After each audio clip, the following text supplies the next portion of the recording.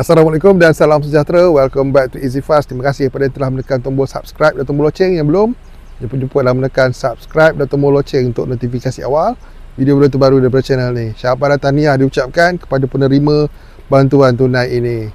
Baik, pada 7 hari bulan Julai merupakan tarikh rasmi bagi pembayaran dan penunaian, orang cakap penerimaan bantuan tunai subsidi diesel Budi Manani bagi bulan Julai 2025. Jadi pembayaran pada 7 hari bulan Julai ini merupakan satu pembayaran yang mana untuk penerima sedia ada, permohonan baru yang telah pun diluluskan dan rayuan pada bulan Jun sehingga 30 Jun. Jadi penerima akan menerima pada 7 hari bulan Julai.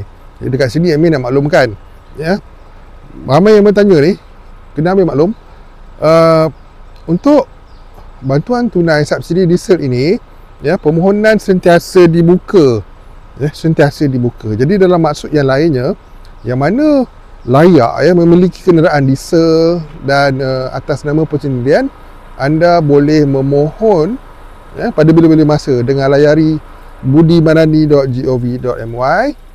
Tapi ada syarat yang anda harus ingatlah, antara lain harus mempunyai kenderaan diesel dan kenderaan itu haruslah berdaftar atas nama peribadi dan kegunaan persendirian, terutama kenderaan pacuan 4 roda khususnya. Ramai je yang menggunakan kenderaan pacuan 4 roda dan anda boleh memohon sekiranya layak untuk bantuan tunai subsidi diesel. Sejumlah RM200 akan dikreditkan terus ke dalam akaun penerima yang layak. Anda layari saja budimanani.gov.my untuk anda lihat terma dan syarat yang lengkap dan memohon pun di sana juga.